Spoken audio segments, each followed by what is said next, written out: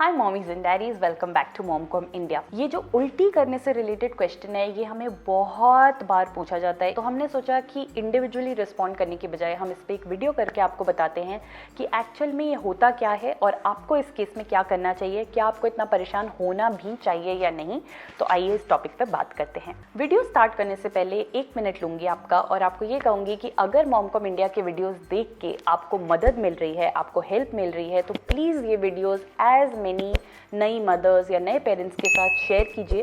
Because MomCom India का purpose है नए पेरेंट्स के सारे वरीज को ले लेना और उन्हें बेसिक चीज़ों के जिनको लेके वो परेशान होते हैं उनके सॉल्यूशंस देना, ताकि उन्हें कोई परेशानी ना हो। हम एज पेरेंट्स बहुत परेशान हो जाते हैं जब हम देखते हैं कि हमारे बच्चे उल्टी कर रहे हैं या दही जैसा कुछ निकाल रहे हैं, डकार लेने के बाद भी ऐसा उल्टी जैसा उनका कुछ हो रहा है, पूरा दिन लगा ही रहता है, हम कपड़ा लेके साफ करते रहते हैं या उन्हें बिब पहनाने की ज़रूरत पड़ती है और हम देखते हैं कि शुरू के महीनों में बहुत ज़्यादा होता है।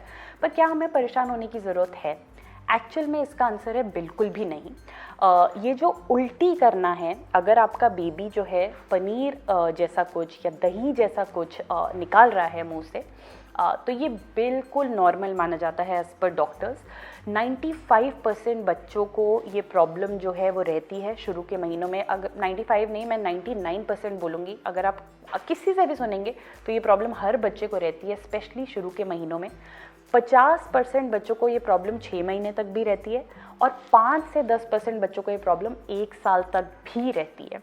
तो ये बिल्कुल नॉर्मल माना जाता है। अगर आप इस प्रॉब्लम को लेके डॉक्टर्स के पास जाएंगे तो वो आपको वापस भेज देंगे ये बोल के कि ये बिल्कुल नॉर्मल है।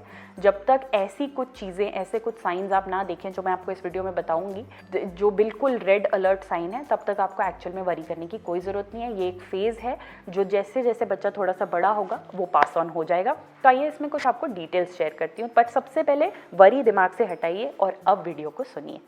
तो पहला चीज़ है कि स्पिट अप या उल्टी जो है माना क्या जाता है, दही जैसा, पनीर जैसा या गाढ़ा गाढ़ा कुछ दूध, अगर गाढ़ा दूध बच्चा मुंह से निकाल रहा है तो उसको उल्टी बोला जाता है या उसको स्पिट अप जिसे बोलते हैं वो बोला जाता है और इसको बिल्कुल नॉर्मल माना जाता है। अगर आपका बेबी पूरा का पूरा दूध ही निकाल रहा है, जो जैसे हमें पता है कि हमने जो बच्चे को दूध दिया उसकी क्या कंसिस्टेंसी है, वो कितना पतला है, अगर पूरा का पूरा दूध ही निकाल रहा है तब आपको वरी करने की ज़रूरत है। बिकॉज उस केस में प्रॉब्लम जो है वो कुछ और हो सकती है, उसको वॉमिटिंग बोला जाता है। तो वो एक प्रॉब्लम है जिसका आपको ध्यान रखना है।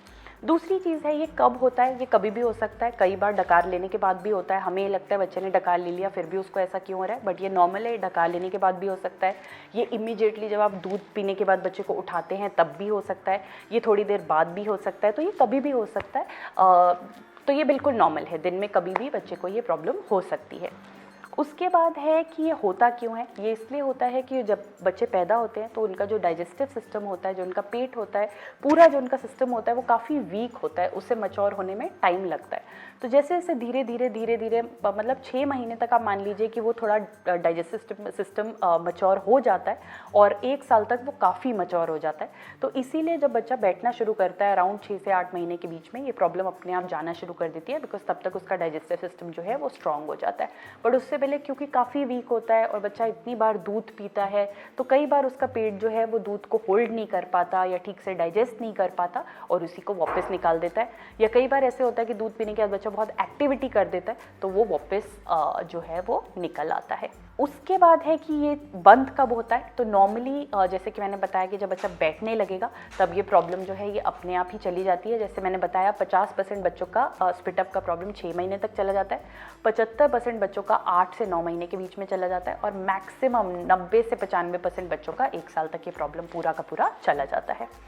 आप क्या कर सकते हैं स्पिटअप्स के टाइम में? तो सबसे पहली बात है कि टेंशन बिल्कुल मत लीजिए स्पिटअप्स के टाइम में, क्योंकि ये नॉर्मल है। बट कुछ चीज़ें हैं जो आप सही करेंगे तो बेबी को थोड़ी आसानी होगी और थोड़ा स्पिटअप उससे कम होगा, तो वो आप ये कर सकते हैं। सबसे पहला, फीड कराने के बाद 20 मिनट तक बेबी को अपराइट पोजीशन में यानी सीधा ही पकड़ के रखें। उसको कोई एक्टिविटी मत करने दें, उसके पेट पे जोर, मतलब उसे खिलाएं विलाएं नहीं, क्योंकि पेट पे जोर पड़ेगा, पेट हिलेगा तो जो खाना अंदर गया है वो हिल जाएगा। हमें भी यही बोला जाता है कि खाना खाने के बाद कम से कम आधा घंटा कोई एक्टिविटी मत करो, आराम से बैठो, तो वही बच्चों के ऊपर भी अप्लाई करता है।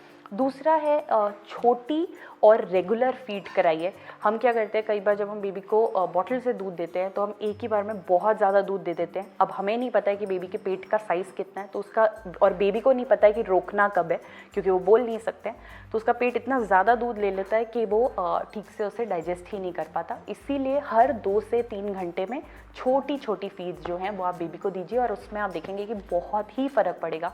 इनफैक्ट जब आप डॉक्टर्स के पास इस प्रॉब्लम को लेके जाएंगे तो एक सॉल्यूशन जो आपको मिलेगा वो ये है कि अपने बेबी को छोटी और रेगुलर फीड्स दें। तीसरी चीज़ जो आप ये कर सकते हैं वो है कि अगर आप बेबी को फॉर्मूला मिल्क दे रहे हैं तो फॉर्मूला को चेंज करके देखिए। कई बार एक कोई फॉर्मूला जो होता है वो बेबी के लिए हार्ड होता है डाइजेस्ट करना, तो उस वजह से स्पिटअप जो है वो बहुत ज़्यादा हो रहा होता है। तो अगर आपके बेबी को बहुत स्पिटअप है और वो फॉर्मूला के ऊपर है तो आप फॉर्मूला चेंज करके देख सकते हैं।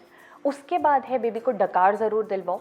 नहीं, अगर बेबी डकार ले रहा है तो परेशान होने की बात नहीं है, वो भी बिल्कुल नॉर्मल है। कई बच्चे होते हैं वो डकार नहीं लेते बट फिर भी खाना डाइजेस्ट कर लेते हैं, वो भी नॉर्मल है, बट कोशिश करो कि आप बेबी को डकार ज़रूर दिलवा सको।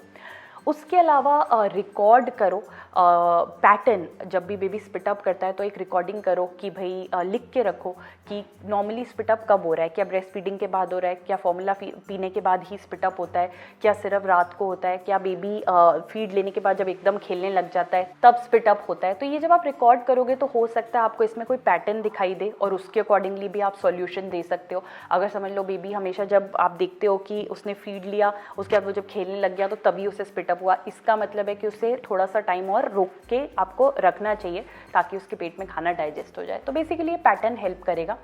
और इसके अलावा अगर आपको कुछ ऐसे साइंस दिख रहे हैं जो मैं आपको अब बताऊंगी जो आपको परेशान कर रहे हैं, तब उस केस में आपको डॉक्टर को ज़रूर विजिट करना चाहिए। तो वो साइंस क्या है? सबसे पहला साइन है कि बेबी का वेट नहीं बढ़ रहा है। पहले साल में बेबी का वेट हमेशा बढ़ने की तरफ ही होना चाहिए, चाहे थोड़ा ही बढ़े बट बेबी का वेट बढ़ना चाहिए।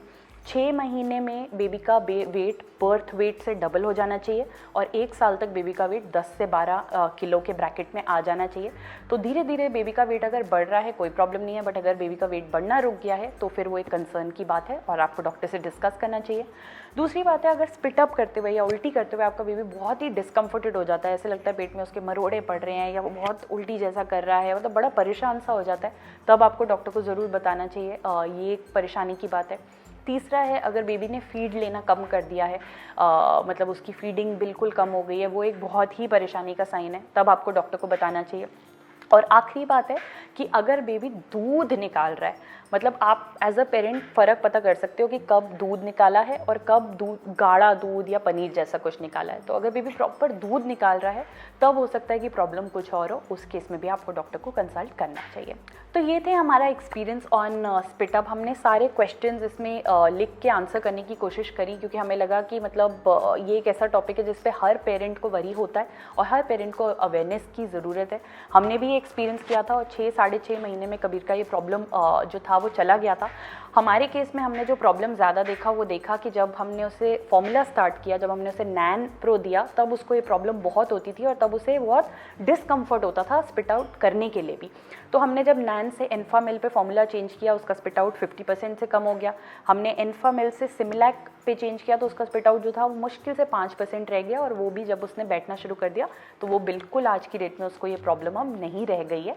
तो ये मतलब हमने भी फेस किया और फेस को निकाला बिल्कुल इसी सारे सपोर्ट के साथ, अच्छी तरह से इस टॉपिक के बारे में सब पढ़ के, सब समझ के, डॉक्टर से डिस्कस करके, और इसीलिए आज ये हमने आपके साथ शेयर किया।